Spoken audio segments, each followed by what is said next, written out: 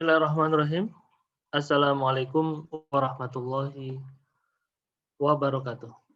Kembali lagi bersama saya, Ade Mahnun.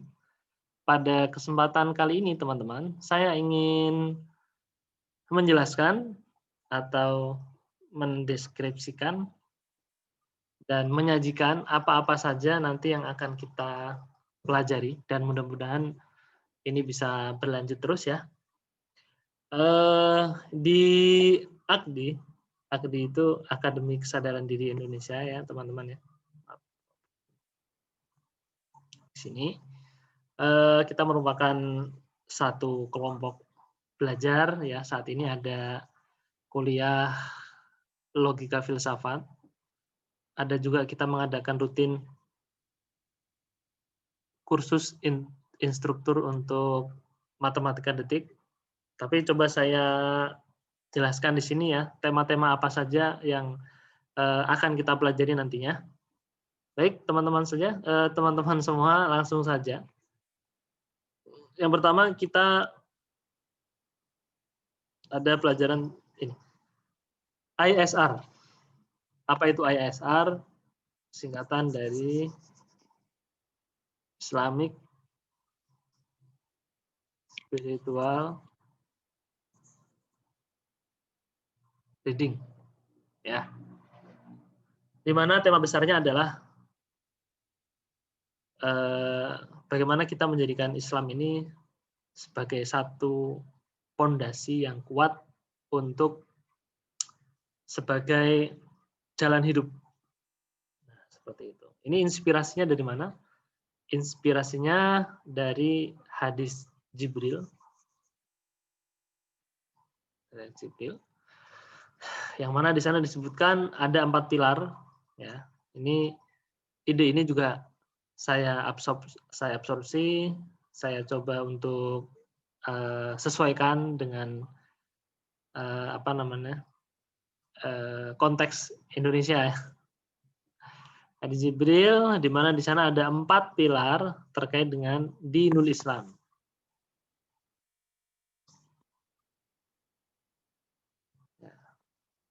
Apa saja itu? Di sana dibahas tentang apa itu Islam, apa itu iman, dan apa itu ihsan, yang sudah kita tahu bersama ya. Ada satu lagi yang jarang dibahas, ya, yaitu tentang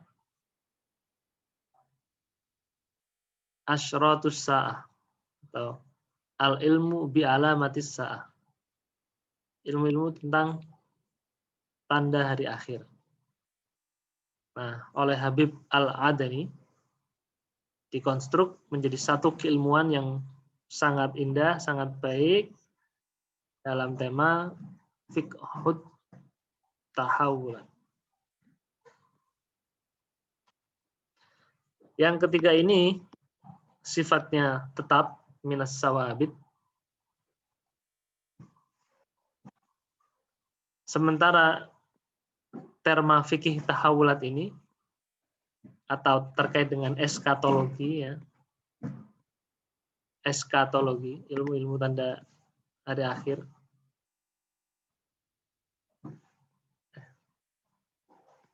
Eskatologi ini diantara ilmu yang minal mutaghayyirat. Nah, sawabit itu apa? Sifatnya tetap, pondasi, tiang, pancang, pegangan. Tidak bisa tidak kita untuk menguatkan diri. Adapun mutaghayyirat sifatnya berubah-ubah. Mungkin teman-teman sudah sering mendengar ya apa yang dikutip oleh beliau, dikutip oleh Habib Abu Bakar Al-Adani ini, di mana 20 tahun yang lalu, jauh-jauh hari, beliau sudah mengisyaratkan adanya coronavirus. Dalam kitabnya disebutkan di situ, saya lupa judul kitabnya, tapi beliau menyebutkan virus ini, coronavirus. Ini saking kedalamannya beliau mentelaah. Ya, mungkin beliau juga sudah mendapatkan referensi tentang ini tapi ketajaman batinnya dapat melihat sesuatu yang tidak bisa kita lihat. Bagaimana itu bisa diasah? Tentu kita harus menguasai dulu ini dan membekali diri kita tentang fikih tahawulat. Begitu. Oke, kemudian apa spirit yang akan dibangun di ISR? ISR ini terkait dengan skill, keterampilan, literasi. Nah, di sini kita akan belajar speed reading, gitu ya. Dan spiritual reading.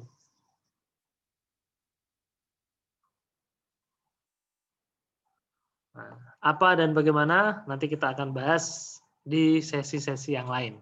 Tapi jangan diartikan bahwa spiritual reading ini adalah pembacaan supranatural, ya. Bukan. Bukan itu arahnya.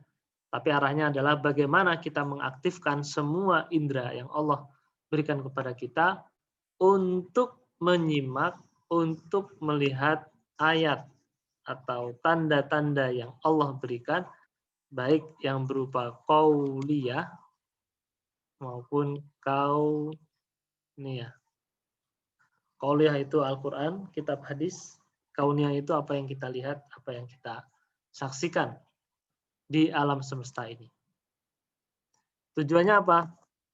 Ayat ini akan memahami tentang kebesaran Allah Subhanahu wa Ta'ala, sehingga kita menjadi makhluk yang beradab. Beradab di sini maksudnya apa? Beradab di sini adalah maksudnya kita mengenali dan mengakui bahwa Allah adalah Rabb. Allah adalah Sang Pencipta, Sang Pengatur, dan Maha dari segala maha. Yang pertama ISR. Yang kedua kita ada juga materi tentang kita belajar matematika detik dengan instrumennya TOSM. Matematika detik ini adalah tentang asa intuisi dengan kelola 2 detik pertama. Instrumennya TOSM ini ya. TOSM ini adalah Test of Second Mathematics, di mana secara umum dibagi menjadi 2 kategori hasilnya ya, performanya ya. Mereka yang gagap hitung dan mereka yang tuntas. Sebagai alat diagnosis, TOSM akan memberikan kita gambaran apakah kemampuan kita itu sudah berada di tuntas atau masih gagap hitung. Ya. Untuk apa? Untuk mengasah intuisi kita agar nalar kita hidup. Agar potensi terbesar dan terdalam dari diri kita itu betul-betul mewujud dan berbuah inovasi. Ya. Kalau kita ingat surat Al-Asr, bahwa sesungguhnya manusia itu merugi. Kecuali apa? Mereka yang beriman dan beramal soleh. Ekspresi dari amal soleh ini adalah inovasi. Sesuatu pembaharuan kreativitas yang betul-betul memberikan dampak pada kehidupan ini. Umat Islam tidak pasif, tapi kita progresif, terus memberikan perubahan-perubahan pada peradaban hidup manusia. Yang kedua ini kita sekilas-sekilas saja ya, jadi teman-teman biar semangat. Kemudian kita ada materi juga tentang psycho-consciousness. Psycho-consciousness. Ini terkait, ini aplikatif ya teman-teman ya. Ini aplikatif, bisa diaplikasikan memang, tujuannya untuk itu. Untuk apa? Healing. Sarana healing dan recovery. agar jiwa kita ini tumbuh. Jiwa kita tumbuh. Kalau jiwanya tumbuh, ya, kita akan menggeser knowledge is power menjadi imajinasi more important than knowledge. Apa itu?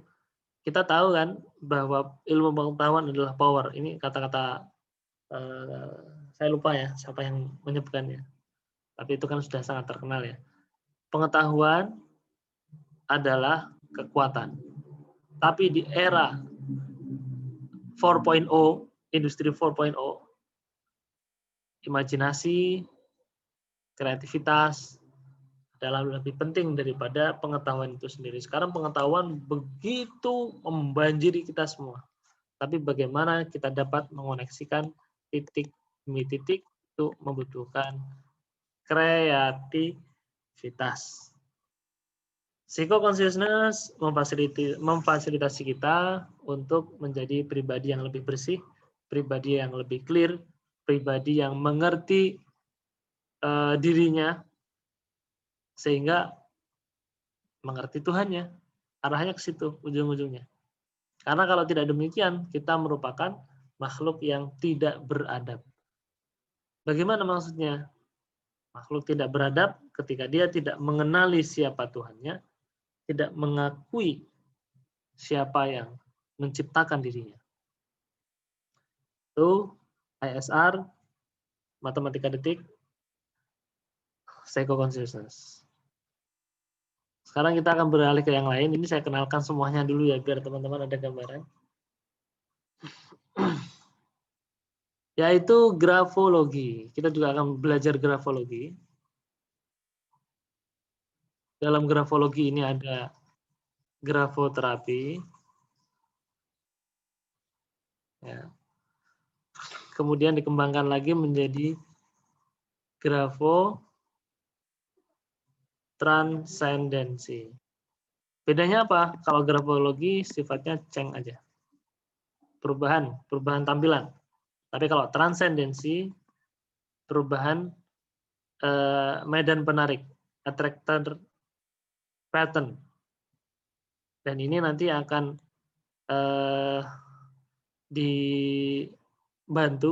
sangat dibantu oleh psycho-consciousness. Seperti itu. Nah, untuk memfasilitasi ini, saya buka pembelajaran ya, namanya teras. Terapi diri dari atas kertas, itu masih membahas dua ini. Dan coba kita sederhanakan lagi, menjadi pembelajaran tentang tanda tangan. Tanda tangan ini merupakan bagian tak terpisahkan dari grafologi. Nanti akan kita ulas lebih lanjut khusus tentang tanda tangan ini ya. Ini kan saya perkenalkan semua apa aja sih yang akan kita pelajari nantinya di komunitas kita Akademi Kesadaran Diri Indonesia. Begitu satu lagi, ini terkait dengan masih terkait dengan diri, ini bisa kita jadikan satu pembelajaran juga untuk mengenal diri. Kebetulan saya aktif belajar Stephen. Stephen ini mempelajari kecenderungan manusia, tapi sifatnya genetik ya, sifatnya nature, bawaan, gift dari Allah Subhanahu wa taala. Yang mana ini akan membagi atau mengklasifikasikan manusia menjadi 5 berdasarkan dominan otaknya, dominan penggeraknya. Sensing, thinking, intuiting, feeling, dan insting. Nanti kita akan bahas di lain sesi. Sisi lain saya juga belajar tentang talent mapping. Masih sama temanya dengan Stephen. Hanya bedanya, kalau Stephen nature, saya lebih ke nurture. Nuruture terkait dengan lingkungan. Nah, kalau kita bahas lebih lanjut, pertanyaan seperti ini ya. Fenotip adalah kondisi kita saat ini, sementara genetik adalah bawaan dan lingkungan yang mempengaruhi dari genetik ini. Meskipun 20%, tapi dia sifatnya tetap tidak berubah, sementara lingkungan yang berubah. Ini sekelas info saja ya tentang Steve. Baik teman-teman semua, sebelum saya akhiri sesi ini, ada lagi satu yang sedang saya kembangkan, yakni tarot inspiratif. Nah, kita akan belajar mengembangkan intuisi kita, imajinasi kita lewat tarot. Ini sebagai alat proyektor ya. Jadi bukan titik beratnya bukan di meramalnya. Ini kita tidak. Tapi ini kita jadikan sebagai menggali makna kehidupan. Menggali makna. Makanya ini hubungannya timbal balik antara subjek dan fasilitator. Ya, tidak meramal masa depan, tidak. Bukan ini arah kita. Tapi pengembangan diri, ujung-ujungnya apa? Untuk memudahkan jalan salik menuju penyaksian diri.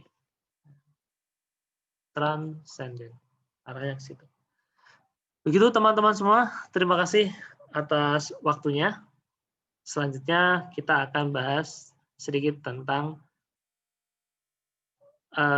analisa tanda tangan dalam konteks grafologi. Terima kasih. Saya Ade Mahnun. Wassalamualaikum warahmatullahi wabarakatuh.